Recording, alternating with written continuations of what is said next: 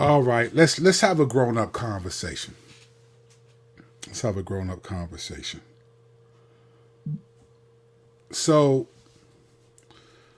I was just doing a video. It was a reaction video to a Jubilee video called Liberal versus Progressive Christians. All right. And um, in this video,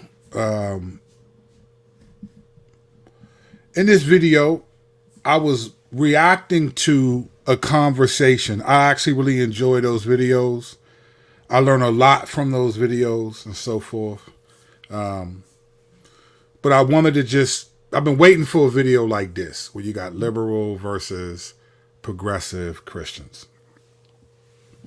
So I'm watching this video, and then I'm commenting on the video. And the video gets to the alphabet community, and I'm dissecting the arguments and pushing back. And about at some point, which I'm glad this happened, I got a homie in the church who watches my videos, and he texted me and said, "Your stream has been cut." And I looked, this is all live, so when you're doing this stuff, you gotta try to play it off. Like I'm getting the text live. I gotta look at this, and I gotta switch over and look. And on my end, on the StreamYard, the application that I use to do the videos, it's working. I'm like, it's working. But then he sent me a screenshot that said cut off. And I knew what happened. And so let's just have a quick adult conversation. YouTube will probably give me a strike for my channel. I've never gotten a strike from my channel before. And I just think it's interesting. So I don't know if it was because I was using that video, but the YouTube, a lot of people do reaction videos, right? So I even changed the speed of the video because sometimes there's a copyright infringement if you're taking the video as is, even though a lot of people have done it as is. And even I have not changed the speed, but if you stop and comment, it's not just taking their video verbatim, but that stuff can be tricky, right? So YouTube cut the live stream. I'll probably get a strike against my channel. I think if you get 3 of them, your channel's suspended indefinitely. I don't know. They may not or not. I will appeal the strike if I can. But let's just be honest about what this is. I've seen a ton of YouTube channels, much bigger platforms than mine, that stand their ground on issues of marriage, sexuality, all this stuff. I mean, I can show you multiple videos of, even the video we were watching was people pushing back against narratives, right? I think YouTube cut my video because I'm a small channel. I got a couple thousand followers, right? A couple thousand subscribers. I'm the little guy. So you can cut my channel and all of that, but you don't cut the channels that are huge, that got me, that go harder than I do. Candace Owens goes harder than I do. There's a ton of people that go harder than me on these issues, and I don't see their videos getting cut. I'll be watching them like, wow, YouTube. But that's because it's all a numbers game. It's capitalism at its finest, right? It's, if you're popular, if you have money, if you have the capital, YouTube benefits from you no matter what you say. They're not going to cut your video. If you're newer at this and you're growing, they're going to micromanage you and cut you and all that stuff. But here's the reality. Even if they get rid of my channel, let's say they get mad, you're not going to stop people from believing what they believe. Like, I don't know, like you can do whatever you want to me or whoever, but like there's a ton of people on YouTube that have a perspective about these things that are not going to change them. I'm not going to change what I believe because you cut the stream. I'm not going to change. There's a lot of people who disagree with certain things, and it's just fascinating to watch this play out, to really see like the kind of censorship that they're allowed to do it, but like do it across the boardwalk. Why do these people get to push back? And they sometimes say more vulgar things. All I was trying to do was just essentially say, these are not good arguments. These are not good arguments. I know these arguments, well, they're not good arguments. And so I appreciate those who were watching that stream and those who hit me and were like, hey, bro, the thing went off, or who were in the comment section saying things. I appreciate that. But the reality is like, whether YouTube allows me, if they cut my channel, you can't stop us, fam. Like, no one is going to bow. Listen, there's a lot of people who are Daniel, Shadrach, Meshach, and Abednego, and we're not bowing down to no images. Like, I like YouTube. I enjoy it. I hope they don't. But if they do, like, life goes on. I just started doing this like a year and a half ago. Ruslan was like, bro, you got to start making videos. And I did it, and I don't even do it that often. So it's not like my life is going to be, I don't get, but I just think, like, listen, bro, we with the Daniel fam. Like, there's a lot of us who are not going to change our perspectives or be afraid or back down. I ain't getting no mark of the beast, nothing. You know what I'm saying? Like, it just is what it is. But I just think it's interesting that, like we always talk about this phobia or that phobia. Why don't we talk about Christophobia? Let's talk about Christophobia. Let's talk about, like, afraid of people whose perspectives profess to believe in Jesus. Like, we don't even live in a Christian nation, and the little bit of people that profess to believe in Jesus are such a threat. So I just think, man, this stuff is wild. It feels dumb even doing a video like this, but I just wanted to respond quickly because I'm 24 minutes into a stream, and then that joint was cut. So if my man hadn't have told me that, I wouldn't have even known, man, you know? So I just wanted to get this video out. Thanks for you subscribing. Support the underdog. We the underdog. Go to KurtKennedy.com. Get you a support the underdogs hoodie. I got all that. Go there and support your boy. That was just wild for YouTube to do that, especially in the video that we were looking at. They were liberal and conservative Christians going at each other's ideas, and I was just doing the same thing. I was just moderating the conversation. So it is what it is, man. If I grow the channel, now I really want to try to grow this channel so that I can be like, you cut me, I'm gonna get all these people to protect. You know, it's just like, yeah, get over it, YouTube. I don't even got that many followers for you to be that offended. So I don't know what the policy issue was that I did. Apparently, it says stream unavailable, stream suspended for policy violations. I think it just means stream suspended for disagreeing with the particular community and the way they process the world. And you're just not going to stop people from doing it. I'm never going to be so wanting to be a part of the YouTube community that I'm willing to, it just ain't going to happen, fam. So, like, but I think the hypocrisy for me is not that they have a policy. If that's your policy, but I see a lot of channels disagree with that. A lot of channels push back on these agendas, and they're up live and well running.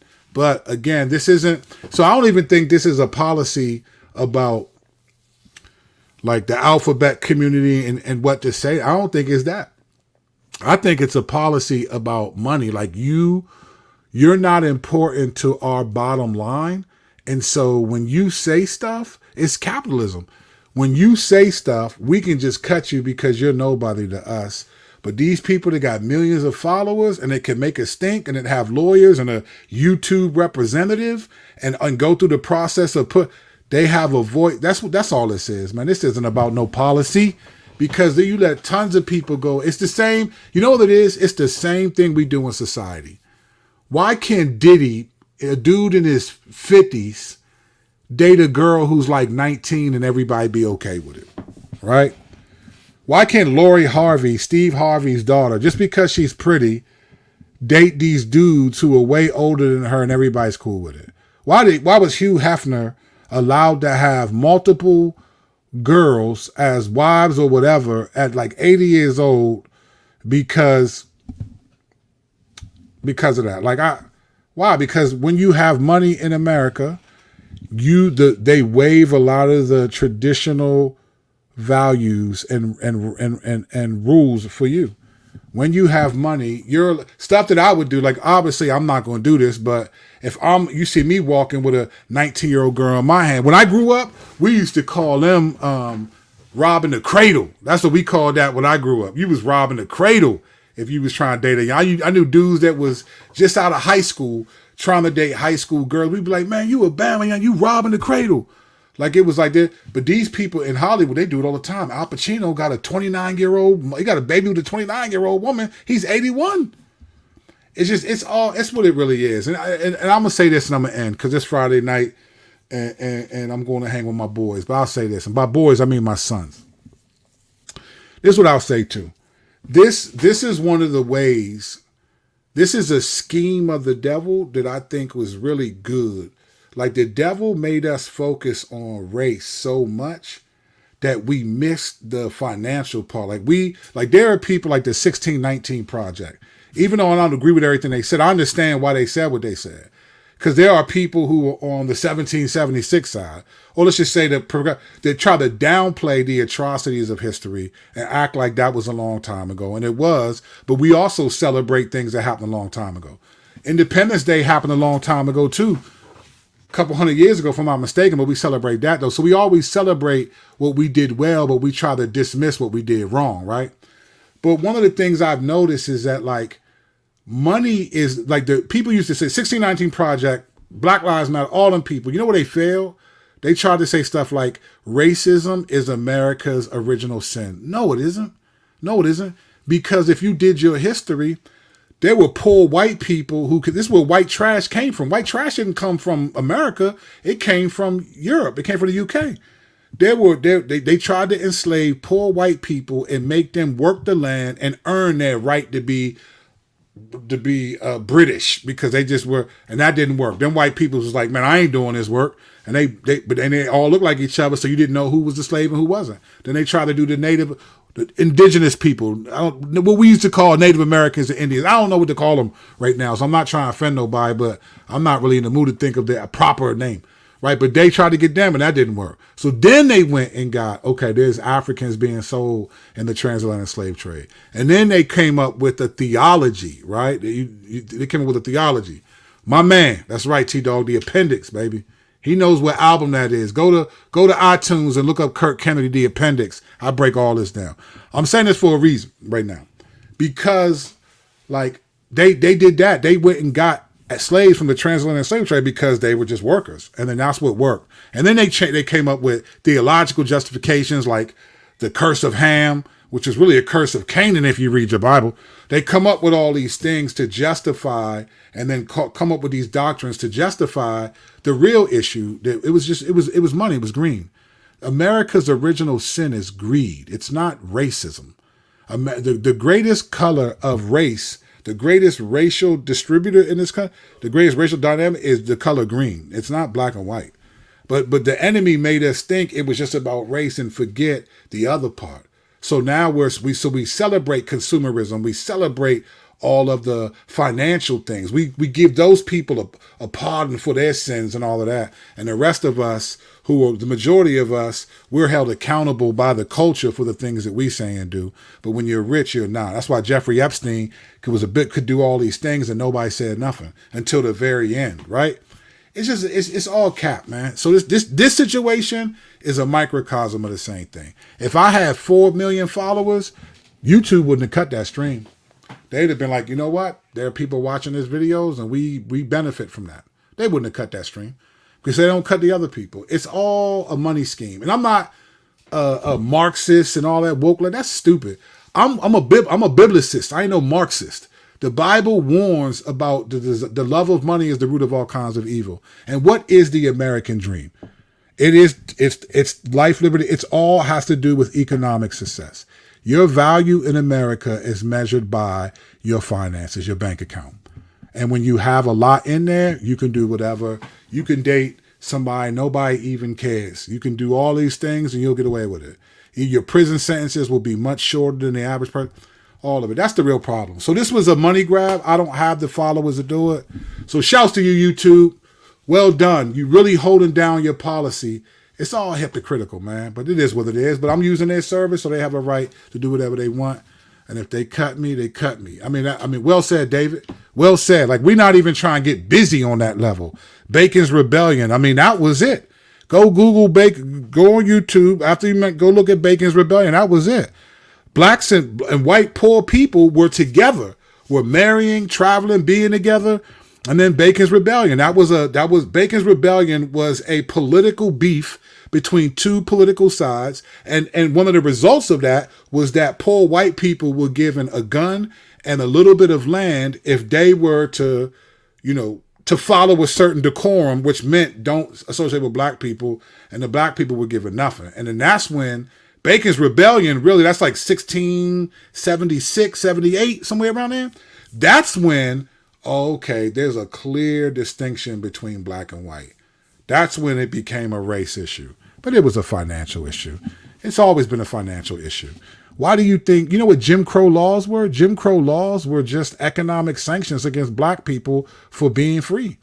It was, we're going to stop you from making green because you're no longer making it for us in the way that you did. It was economic sanctions. It's all finances. It was all that. So anyway, man, it's Friday night, man. I appreciate y'all. Thanks for rolling with it, brother. Right? And this was a stream that I don't expect to get a lot of hits, but it is what it is. And if YouTube gives me a strike, I'll take it. But I ain't going to change how I feel or how I think. They can be Nebuchadnezzar all they want, but I'm Daniel, Shadrach, Meshach, and Abednego. I'm not bowing down to no statue no matter what. And neither should you if you got conviction. All right? Grace and peace, y'all. We'll see y'all when I see y'all, if YouTube allows it.